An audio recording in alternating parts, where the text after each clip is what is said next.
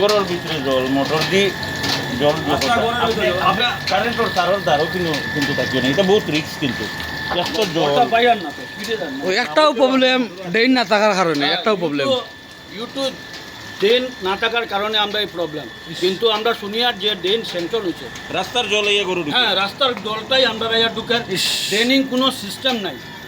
আচ্ছা দাদা, আপনি মোটরের কিনারও থাকবেন, না না, এটা মোটর বহুত বাড়ির আগে danger কিন্তু। আপনারা দেখলেন তো মেইন কারণ হইলো এখানে জল থাকার একটাও প্রবলেম, ড্রেন নাই, ড্রেন না থাকার কারণে এখানে জল।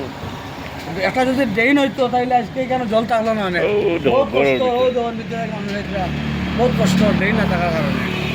এখানে যে মোটর চালাইবা এটাও তো রিক্স আছে, জলালা হাত দিয়া জলও বাইয়া মোটরের কানেকশন লাগাইতে রাখ, মোটর দিয়া গোড় থেকে পানি চিত্রা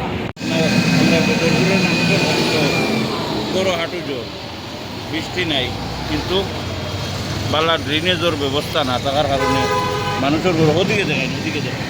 এতটুকু জল টান করো আর কি, পুরা নেশর এখানে পুরা রুমের ভিতরে জলে ভর্তি আর কি। দেখুন ছোটো ছোটো বাচ্চারা রুম থেকে বার হইতে থাকিলে কতটুকু রিক্স।